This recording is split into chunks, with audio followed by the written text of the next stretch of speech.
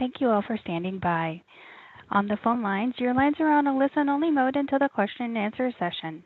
At that time, if you would like to ask a question, please press star 1 on your phone. Please ensure that your phone is unmuted and state your name clearly when prompted, along with your affiliation. The call is being recorded. If you have any objections, you may disconnect at this time. Again, please continue to stand by. Thank you.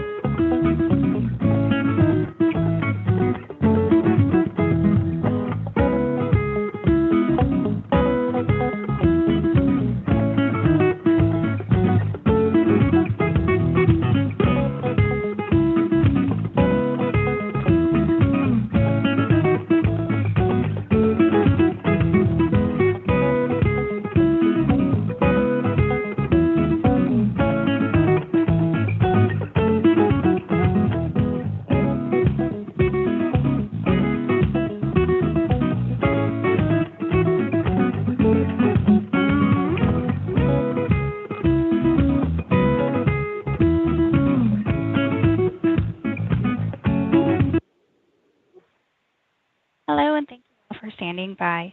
At this time, I'd like to remind all parties that have dialed in for the conference that this call is being recorded. If you have any objections, you may disconnect at this time.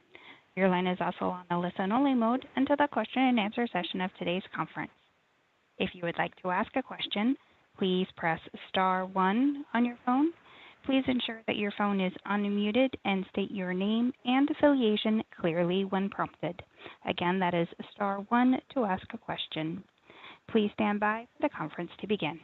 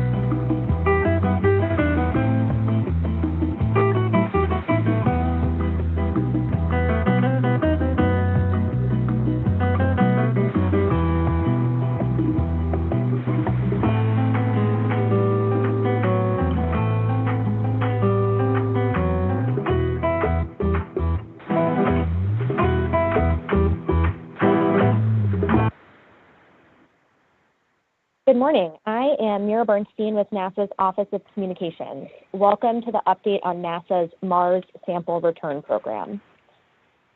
Here in the room with me, we have NASA Administrator Bill Nelson, and on the phone we have Nicky, NASA Associate Administrator, Science Mission Directorate. Each of our speakers will share opening remarks, and then we will take questions from reporters on the phone line. Also available to take questions are Jeff Grambling, Mars Sample Return Program Director, and Danya Douglas Bradshaw, Mars Sample Return Deputy Director. Reporters can enter star 1 on your phone to be entered into the question queue at any time. So first, I will turn it over to NASA Administrator Bill Nelson. Hey, everybody. Since February of 2021, the Perseverance rover has been collecting samples on Mars from the lake bed of the Jezero crater, up the sides of the crater, at the location where a river once came into that lake, and it's going up onto the rim of the crater. And at the end of the day, we'll have about 30 samples, all sealed, that are cores that have been drilled, that are about the size of a cigar, sealed in titanium tubes, all about the size of a cigar. And as that plan had proceeded, it continued to be delayed as to when we would get the samples back, and the cost began to accelerate to the point that earlier this past year, it was thought that it could be as much as $11 billion, and you would not even get the samples back till 2040. Well, that was just simply unacceptable. It was my decision that, in consultation with everyone, we pulled the plug on it. And in April of this past year, announced that NASA would go out and seek innovative new designs on how to return the samples to Earth, and to have that at a much less cost, and to return those samples in the decade of the 2030s. Lower not only the cost, but the risk and the mission complexity. And so a Mars sample return strategy review team is what its name was. It was formed to assess those proposals that would come in and offer suggestions on a new architecture. So we're telling you today where we're going forward on this. All the work that has taken place since April of 24. NASA is going to explore two potential, in other words, two options, architecture possibilities. And the decision over the course of time, with all the engineering that has to go into it, the final decision is likely to come in 2026. So option number one is to use what has already been previously tested and successfully used on the entry, descent, and landing capabilities, and that's the Sky Crane. And it's been used twice successfully on Curiosity and Perseverance. The second architecture, or option two, is looking at the possibility of going into commercial capabilities of a heavy lander with existing commercial partners.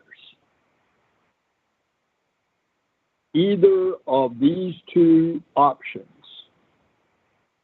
are creating a much more simplified, faster, and less expensive version than the original plan.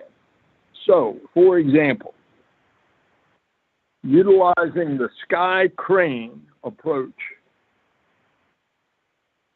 with a direct return to Earth by a European Space Agency return vehicle, which has been planned all along. And by the way, there were people that have asked NASA to look at a cislunar return, of which then that would necessitate, once you've got it, the sample in cislunar, then you've got to go and get it. NASA's preference, even though there is a division of opinion here, NASA's preference is that we have a direct return. So with the Sky Crane option, you're looking at cost in the range of $6.6 billion to $7.7 billion. That's a far cry from 11 billion. With the heavy lift vehicle, and what do I mean by heavy lift? I'm talking about utilizing commercial partners. You all know that SpaceX and Blue Origin have already been ones that have expressed an interest, but it could be others as well. And a team is evaluating and researching all industry capabilities to include the schedule and the budget to determine the best strategy going forward. And that includes these commercial providers. So with the heavy lift commercial providers, the estimate on the cost would be from a low of 5.8 billion to a high of 7.1 billion. And the direct return would be in the range as early as 2035, but it could go out to 2039. Now, a good reason of why it could get extended out is if the Congress and the new administration do not respond. We're talking about this fiscal year getting the money to get this thing going. We're talking about fiscal year 25, of which we're already in since October the 1st. It should have at least 300 million. The variation in both the House and the Senate is at 200 million for Mars sample return. The House is, I think, somewhere in the range of 600 million. So I'm stating to you at this point that the bottom line of 300 million is what the Congress ought to consider. And if they want to get this thing back on a direct return earlier, they're going to have to put more money into it, even more than 300 million in fiscal year 25. So, and that would be the case every year going forward. So that is an outline. I'm going to turn it over to our Associate Administrator, Nicky Fox. Dr. Fox, take it away. Thank you so much, Administrator Nelson. Appreciate those remarks.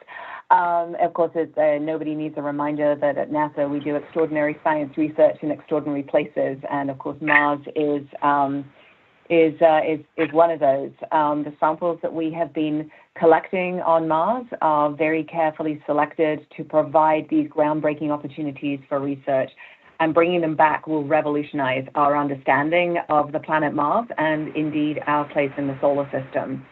We explore Mars as part of our ongoing efforts to safely send humans to explore farther and farther into the solar system, while also kind of getting to the bottom of whether Mars once supported ancient life and shedding light on the early solar system. The samples that we have taken by Perseverance actually predate. They are older than any of the samples, rocks that we could take here on Earth. So it allows us to kind of investigate what the early solar system was like before life began here on Earth, which is amazing. Right now, of course, Mars is a barren planet, with the only inhabitants on Mars being our robotic rovers, our robotic explorers. So the Mars Sample Return Program remains the next step for us to be able to study samples from the planet Mars. It's humanity's first mission to bring scientific samples from any planet right back here to Earth for study using our state-of-the-art facilities. So they'll not only help NASA prioritize which areas of the red planet might be the most fruitful for our future astronaut-led research, but they'll also lead to more incredible scientific discoveries about what life might have been like here on Earth, or rather what Earth was like before life, as well as what life might have been like on Mars, and indeed what it could look like in the future. Perseverance, we love to think of as the first stage of our Mars sample return mission. It's very healthy and stable, and it has been diligently collecting samples for their scientific potential. So right now it's filled 28 sample tubes. 22 of those are different types of rock. 2 are regolith, 1 is an atmospheric sample, and 3 are witness tubes. That leaves us with 13 tantalizing tubes still left to be filled. This is really extraordinary science, and we can't wait to study in more detail and in ways that, honestly, we just can't do robotically on the surface of Mars. So therefore, it is of utmost importance to us that we bring back these samples to Earth as quickly as possible. And of course, to do that, we needed to get very creative. So the administrator went into a high-level kind of overview of what our Mars sample return architecture possibilities could look like, and I'm just going to go into a little bit more detail for you. So as he said, we are exploring 2 new landing options. One is to leverage technology that we've previously used to land both Perseverance and Curiosity on Mars. The other is to leverage options from industry. Both of these options would use a redesigned landing platform, and that platform would carry the Mars ascent vehicle to the surface of Mars. It would also replace the solar panels with a radioisotope power system. That may sound like we're making it more complicated, but actually that provides power and heat through the dust storm season on Mars. And so that actually allows us to reduce complexity, and it opens up, it actually allows us to bring back the samples earlier. We will require a redesign of the sample loading system onto the lander. And so that's basically how we get the samples into the orbiting sample container. The redesign will allow us to simplify the backward planetary protection approach. So it eliminates any accumulation of dust on the outside of the sample container. So this is a new approach to actually loading the samples into the container. That allows us to have a simplified capture, containment, and return system. The orbiting sample container will contain all 30 of those precious sample tubes, and it will also still rely on the European Space Agency's Earth Return Orbiter to capture the orbiting sample container in the Mars orbit. The administrator thanked Professor Maria Zuba and her team, but I do want to add my thanks also for their incredible work. And I also want to take a moment to thank all of the teams who participated in the studies. All of their efforts have really enabled these revised architecture options that allow us to return and maximize the use of heritage systems throughout the architectures. It allows us to really minimize risk, and therefore we feel that we are very confident that we can return all 30 samples before 2040 and for less than the $11 billion as the administrator already described.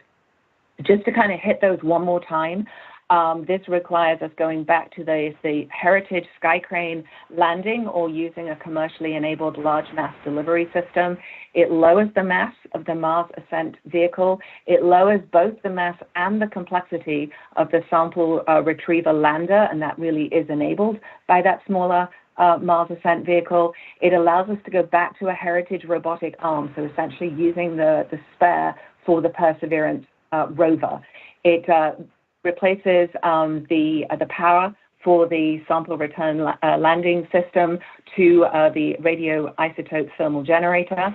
It has this kind of innovative break-the-chain method starting on the surface of Mars that allows us to really simplify the backward planetary protection. That enables us to simplify the capture, containment, and return system.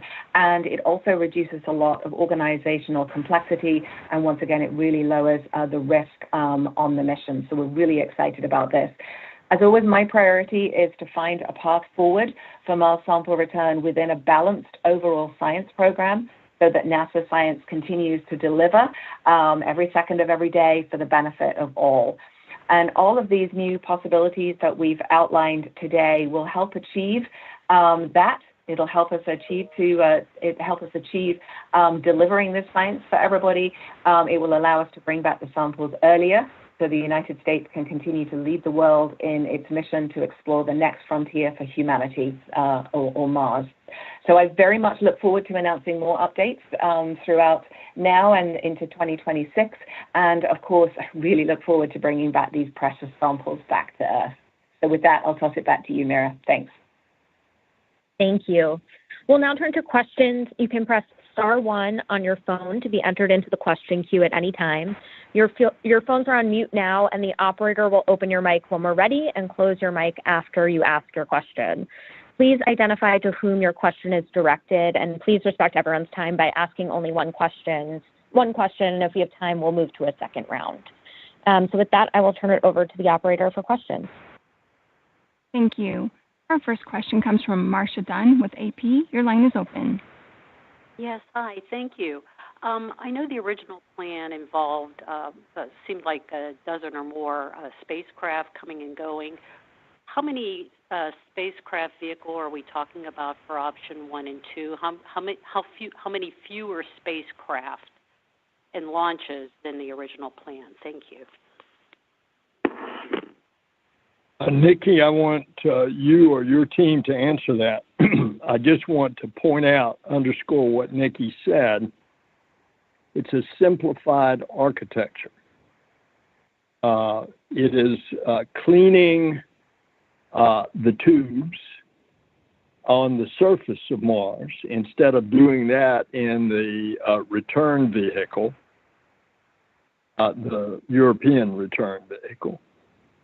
It's a simplified catcher's mitt program. It's using one of the already created arms for Perseverance as the means by which of transferring the tubes out of Perseverance over into the lander, which then transfers them into the Mars ascent vehicle. So the architecture all the way around, she mentioned also the generation of electricity and the reason that needed to be changed. So the whole system not only is smaller in volume and smaller in weight, but is a much more simplified system all the way through. Go ahead, Nikki. Thanks so much. I appreciate that. Thanks for the question, Marcia. So it doesn't actually reduce the number of we still need to launch, so there's still a launch of the landing system, and there's still the MAV to launch from the surface of Mars, and there's still the Earth return orbiter to essentially return the samples back to Earth. There's no sort of easy way to get rid of any of these elements. These elements are there throughout. It's just really focusing on simplifying each of those pieces, as the administrator just said. But the actual launch and landing hardware, the tally remains the same.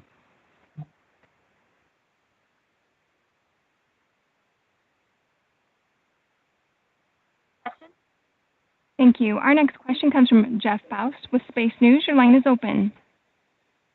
Hi, good afternoon. Question for her, either the administrator or Dr. Fox. What exactly is NASA going to be doing between now and sometime in 2026 when you make the decision on the architectures? What are you going to be studying over the next year plus? What sort of level of maturity in the designs are you going to get to before you make a decision? Thanks. Yeah, great question, and thanks, Mr. Administrator. Thanks, Jeff. Great question. So we will be working very hard on the engineering design for each of these solutions. So even though we say, it's the Heritage Sky Crane landing system, of course it is a very high heritage landing system, but the actual, it needs to be about 20% bigger than the Sky Crane that landed Perseverance. And so there is the engineering that goes into that piece. There is the engineering study that goes into looking at how to produce that lower mass Mars ascent vehicle. So there's all of the kind of it's almost the normal engineering that we would do to get it up to the preliminary design, the PDR level maturity. And the milestone for that is mid-2026. And so at that point, we would expect that each of these elements would have got their engineering design up to PDR level, and then we would be ready to go for agency confirmation. There are obviously, for any industry-provided elements, there would be milestones for them to demonstrate in that plan as well, so that when we get to that decision point, we have all the information we need to be able to make the right decision for the mission.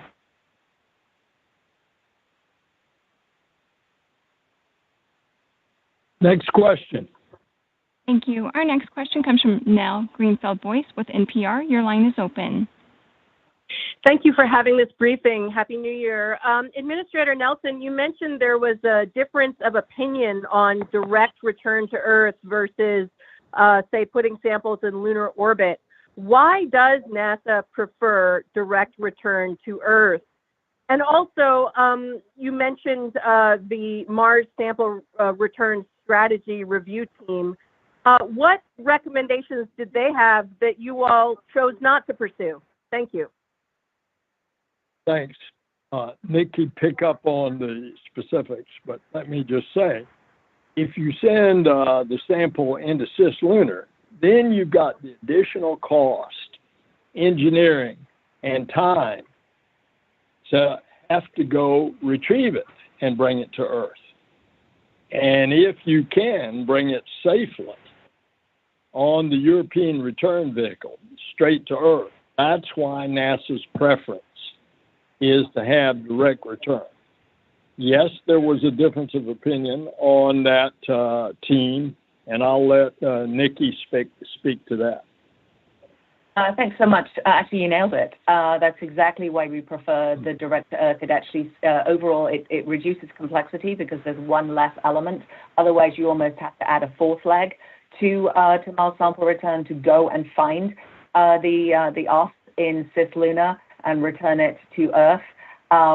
It does add cost in the near years because you are moving ahead with, you're kind of trying to do everything in parallel, but there's significant cost added in the out years if we have to budget to actually go and get those samples back from cislunar.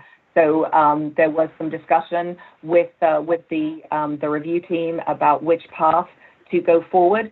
And they provided options for both the cislunar as well as the direct Earth return. We chose to try and move ahead with the direct Earth return. It does bring the samples back sooner, and as I say, it reduces complexity and actually reduces overall cost for the mission. Next question. Thank you. Our next question comes from Joey Roulette with Reuters. Your line is open. Hi, thank you. This question, I guess, is for anyone who wants to answer. I was wondering if you could detail some of the ideas that the companies proposed for these missions and what the pros and cons would be between choosing the commercial version instead of the Sky Crane option. Thanks. Nicky? Yeah, sure. I mean, as I said, there are going to be milestones to show that both paths forward would actually be able to return the samples on the schedule that we want to do.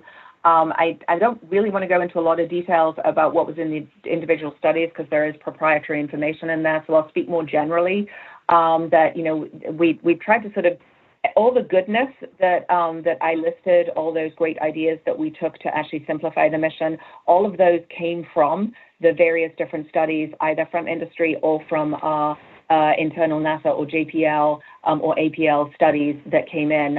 There were different concepts for how to land on Mars. We looked at each of those concepts. We sort of boiled it down to going with a higher heritage Sky Crane when we were able to actually do the engineering simplifications to actually allow us to be able to use a Sky Crane, basically getting the mass down of the landed mass.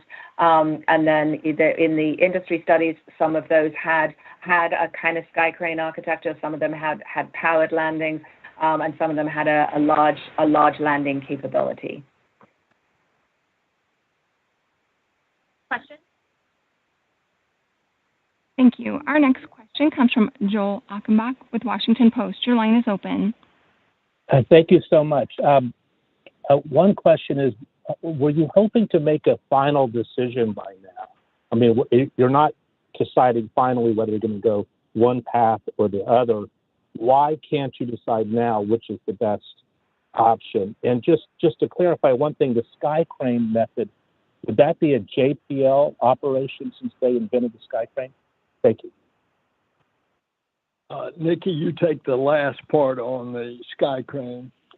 The reason Nicky has explained that they need to flesh out all of the possibilities of what's required in the engineering for the commercial option. We want to have the quickest, cheapest way to get these 30 samples back. And the next reason to answer your question is, this is going to be a function of the new administration in order to fund this. And it's an appropriation that has to start right now, fiscal year 25. And it's going to have to continue on. It's going to have to continue at a level that you could get either with the heavy lift vehicles, get back in a direct return in 2035, as opposed to stretching it out in the decade. It's going to be a direct function of how the appropriations goes. So for those two reasons, is why we are at the point of announcing to you the two options today. With regard to the sky crane, Nicky? Yeah, thanks so much, Phil. So yes, I mean, to put it really bluntly, JPL is our is our Mars Center in NASA science. So regardless of which path we go forward with, JPL will have a key role moving forward. They are the ones with the experience of landing on Mars, as you noted, Joel. They are the people who landed us on Mars together with our industry partners. So they would be moving forward regardless of which path, with a key role in the Mars sample return.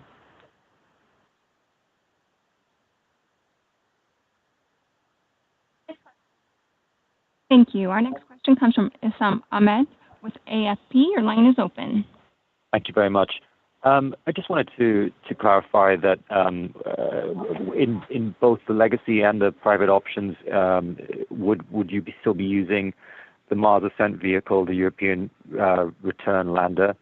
And if you could just sort of flesh out a little bit more what the cislunar versus direct options look like in terms of the trajectory, that would be very helpful. Thank you. The answer is yes to both of your questions. Go ahead, Nicky. Yeah, thank you. So yes, the Earth Return Orbiter is a key piece of both of the paths forward. The Mars Ascent vehicle, yes, we definitely need a way to get off the planet. It's hard to land on Mars. Man, it's hard to get off Mars. So we're very excited about working with our partners on continuing to look for ways to do that. The enabling piece in the new architecture, I can't say this enough, the enabling piece in the new architecture was really being able to get that smaller nav, the smaller Mars Ascent vehicle that allowed us to go back to the sky crane, which is really, really key. But yes, we would require a Mars Ascent vehicle in both of the scenarios. Some of the engineering work that needs to be done is looking at the launch loads that would be on the landing system on either one of the two paths. You have to be able to, in order to have a Mars Ascent vehicle that's ready to ascend from Mars, it needs to survive the landing. And so there is some engineering work that would need to be done on, exactly what the Mars Ascent vehicle needs to look like in order to be able to do that. That is part of the work that we'll be doing in the next year, coming into that decision point mid-2026. but both of those are very key. And then you asked for a little more details on the direct to Earth versus the cislunar. If you kind of think of the direct to Earth as a sort of OSIRIS-REx type operation where there is an Earth flyby and the sort of return piece is dropped with parachutes in the same way, very, very similar to the way that we returned those OSIRIS-REx samples. So that would be that's the direct to Earth trajectory. Coming into cislunar, obviously it's a different trajectory, but it allows capture by the moon. Then the kind of return piece would stay in orbit around cislunar, pending us sending something up to return it. I'm actually going to ask Jeff Gramling if he would like to add anything about the specifics of the different trajectory.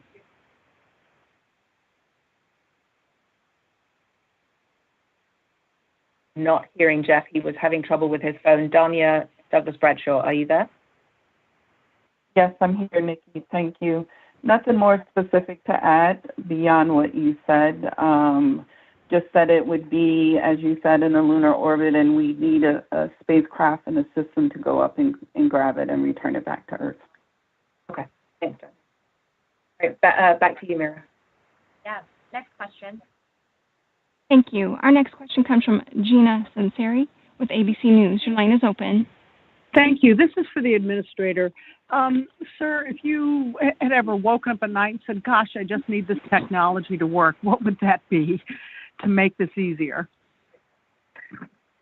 Would you ask your question again, please? Sure, Mr. Administrator. Did you ever wake up in the middle of the night and say, oh, come on, if this technology existed, this would make this so much easier for us? Well, the very reason that we pulled the plug was this thing had gotten out of control.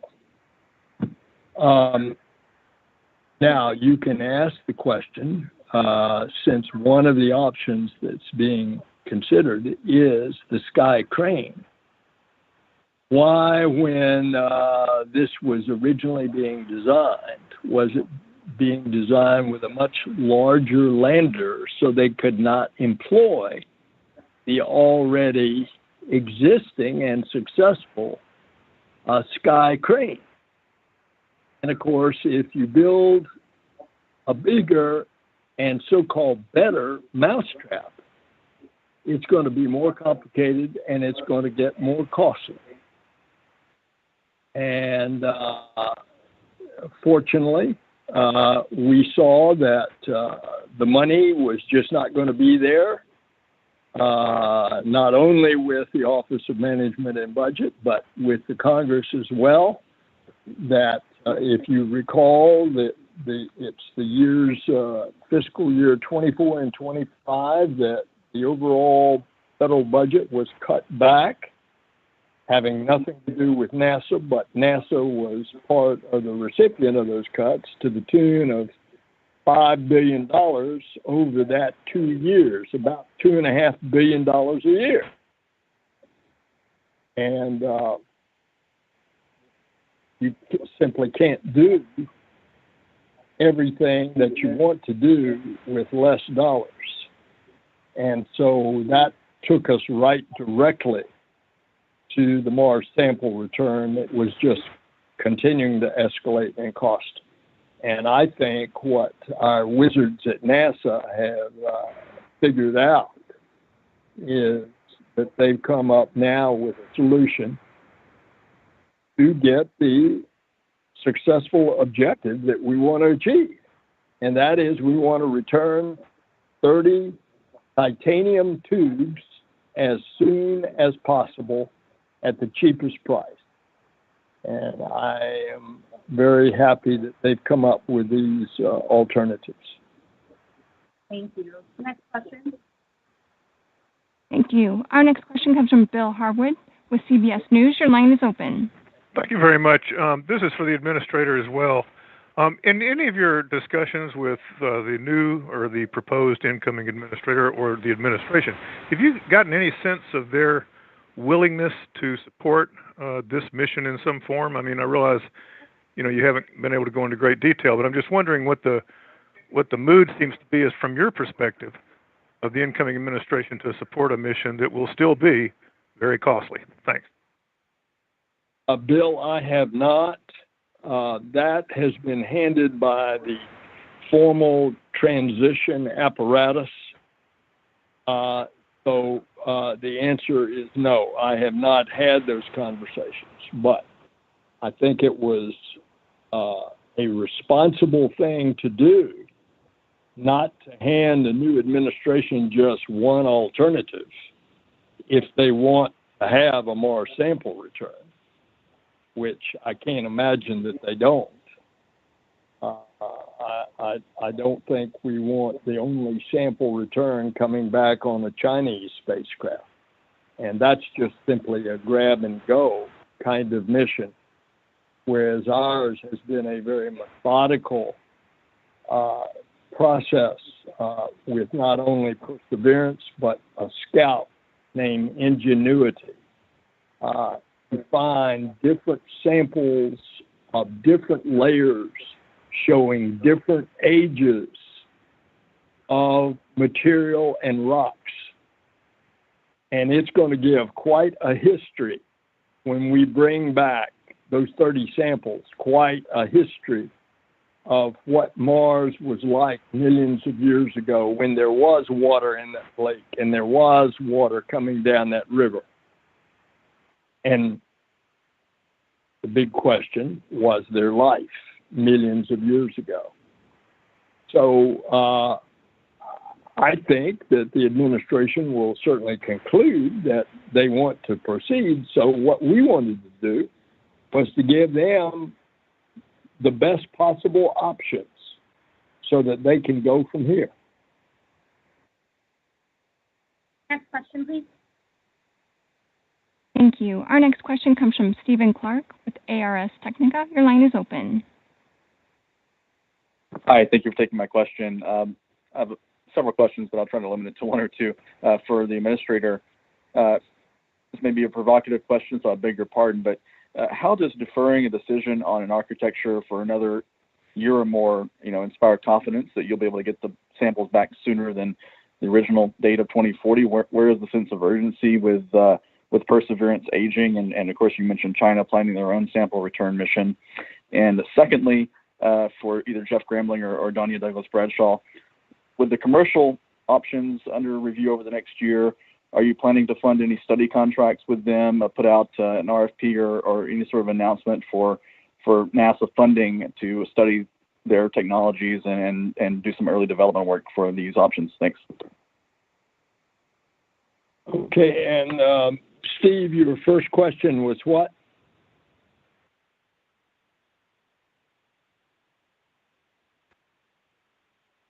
Steve? I'm not sure he can come back, actually. Okay. He was asking, really, I think the essence was, why are we waiting a year and how does that enable the new administration to make a decision when we're obviously trying to do this as fast as possible? And I think you explained that in the engineering that has to go into an evaluation. You want to run that by again? Yeah, sure. We will spend the next year doing all of the engineering to get us to a point where we can make, it isn't just actually making the decision on which path to go forward. Whichever path we go forward with, there is a lot of engineering work to do, whether it is, doing the work on the sky crane, whether it is working with a commercial partner to assess the capability of a commercially provided large mass delivery system. It is working on getting the finalizing the design of a lower mass Mars ascent vehicle, etc. Finalizing how we're going to do the sample collection on the surface of Mars and lowering that backward planetary protection constraint. So it is whichever path we go forward with, there is work to be done to get us to a point where we can say, yes, yea, verily, this is the mission we're going to go forward with. This is when we confirm the budget. This is when we confirm the schedule. Steve, you know that as KDPC in NASA speak. That is our confirmation review. And there is work, there is quite intensive engineering work that needs to be done to get us to that point with either of the two paths. And so it is about getting that work done, and then in sort of mid-26, actually having everything at that maturity level for us to be able to actually confirm the mission and move forward. And we are, ready, kind of poised in the starter's blocks to be ready to start doing that engineering pending, obviously, support for the mission moving forward. And Steve, the function of when the sample return could be done is a function of the administration making a decision on how much money they want to spend. And that is the province of the new administration that comes in. The path that we've set now also is a path that would launch the European return vehicle, would launch in the year 2030. And all of this stuff, and so expenditures have got to be made now in order to get all of this done, even though the final engineering on just the question of the lander, there's all these other things that have to be developed as well. The catcher's mitt, the cleaning of the tubes, the new kind of electrical generation, all the lander itself, which the arm, the utilization of an arm that has already been developed for Perseverance, all of those are expenditures that have to start now. So it's not like you're not doing anything until 26 when you determine your final determination of what is going to be actually the lander. And there was a second part of the question that I think you wanted Jeff or Danya to answer about the path forward for including industry. So Jeff Bramling, I think you're on now. Can you hear me, Nicky? Yes, I can. Yeah. Do you want to hit Right. that one, Jeff?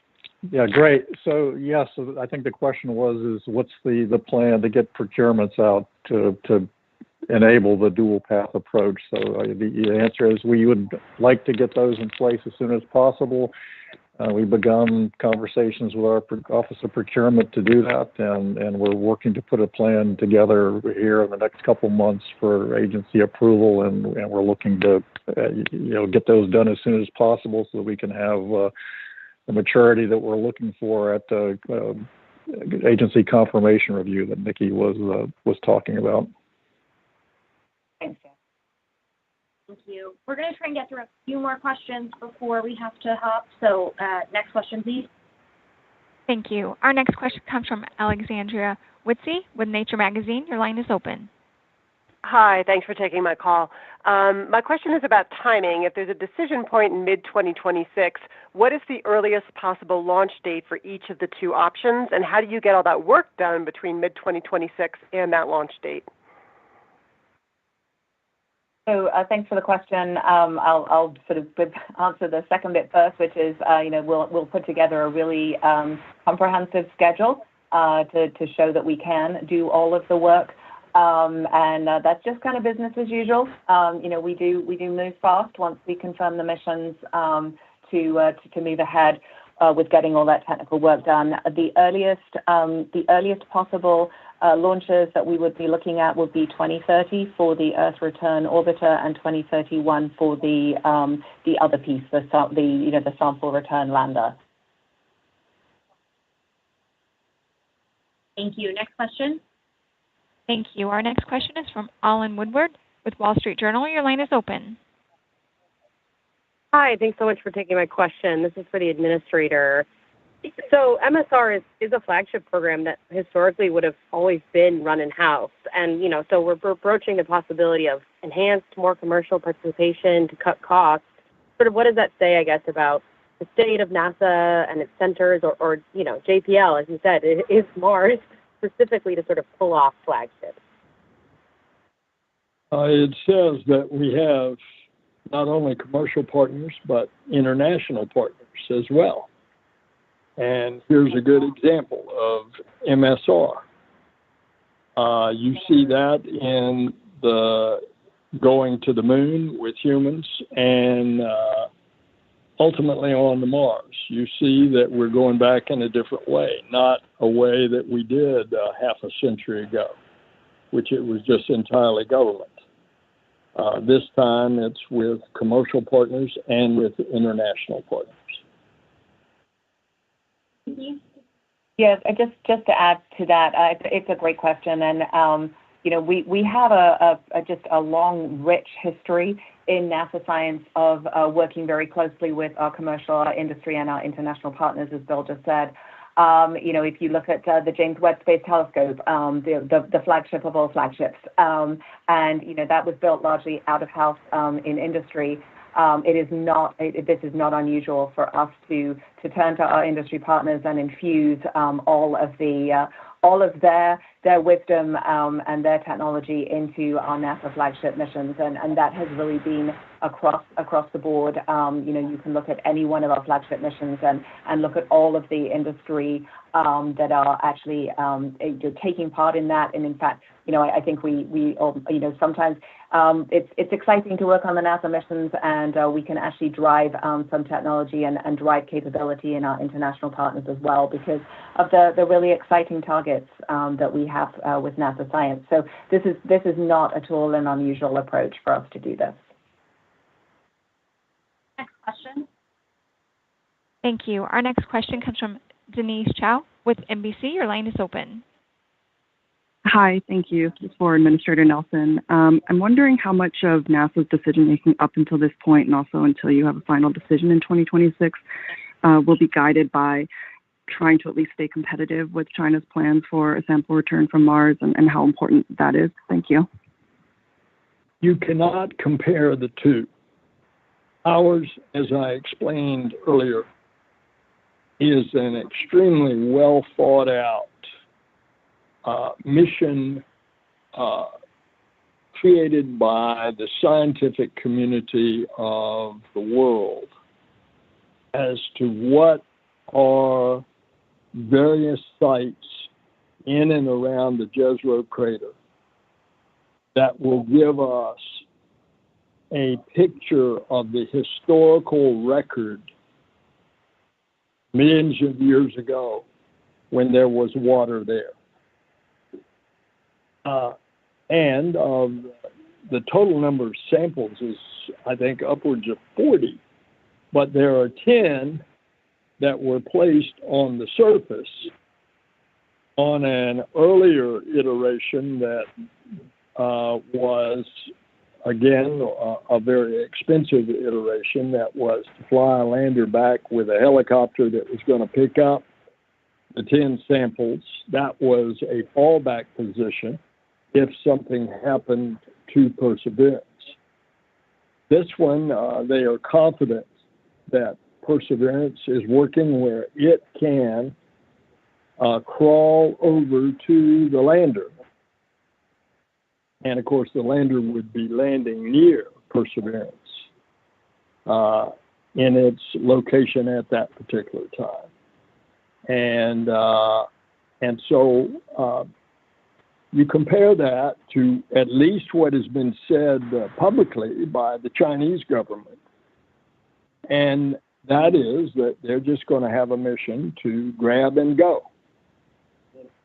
Go to a landing site of their choosing, grab a sample, and go.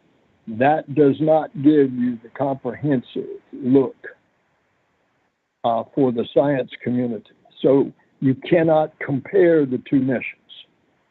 Now, will people say that there's a race? Well, of course, people will say that.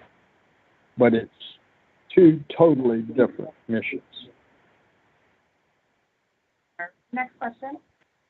Thank you. Our next question comes from Irene Klotz with Aviation Week. Your line is open.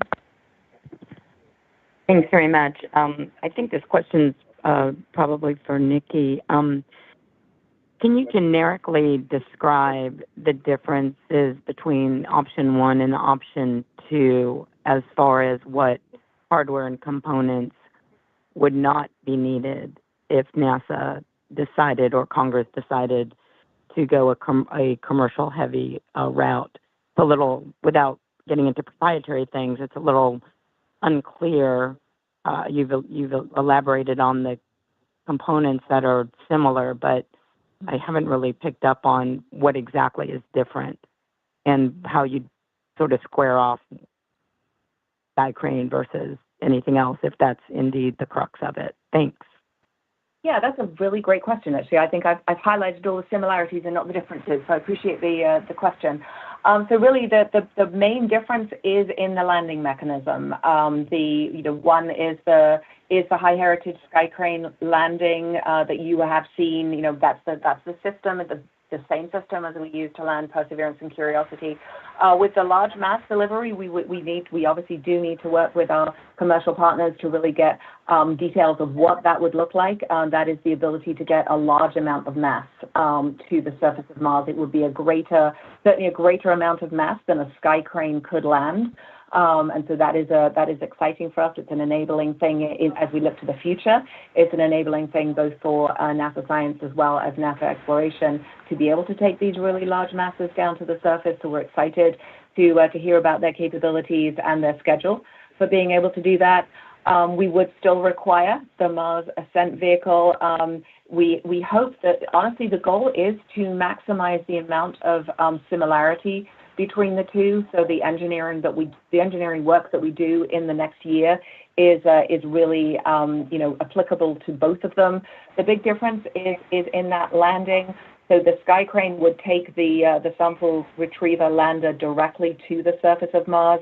A large mass delivery, it would have the platform, the sort of landing platform we would have to get that off the commercial lander, so that is a different mechanism. Instead of landing with the Sky Crane, we have to figure out a way to actually get the other elements off the large lander. So that's work that we need to do in the next year to sort of figure out how we would do that. But we would still require that platform. We would still require the ability to transfer the samples, and we still require the ability to get the samples into orbit. But the big difference there is just that landing mechanism and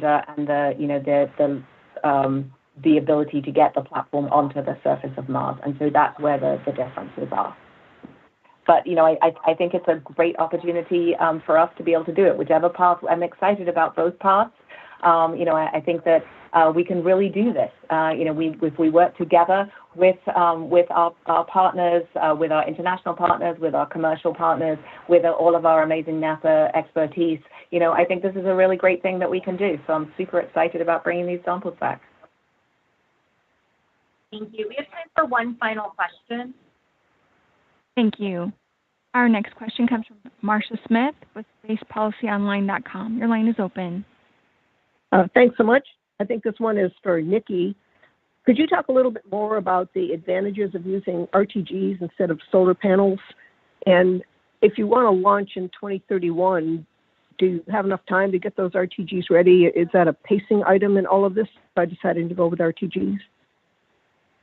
Thanks for the question. I'm going to unashamedly phone a friend who has a lot more information about this, which will be Jeff Gramling, and I'm going to ask him to answer the question about the advantages of the RTG over the solar panels, what that enables. Sure. There are two primary advantages. One is it gives us the opportunity to operate during dust storm seasons, and the surface ops timeline is one of the main drivers here to make sure we've got time to transfer the 30 tubes and get off and hold our mission timeline. The other is it helps us make sure we can keep the solid rocket motors on the MAV warm, and that, which is where they like to be, and it helps make sure that we can operate the MAV within the regime that it prefers to be operated in to preserve our mission ops timeline. Those are the two primary reasons. Thank you, Jeff. And thank you all for joining us today. A replay of this teleconference will be available later today through February 4th. To hear the replay, dial 866-363-1807. The passcode is 2735. For those who had questions that we weren't able to get to, please feel free to reach out via email. And for more information on the Mars Sample Return Program and to follow along with updates, please visit science.nasa.gov/Mars Sample Return. Have a great day.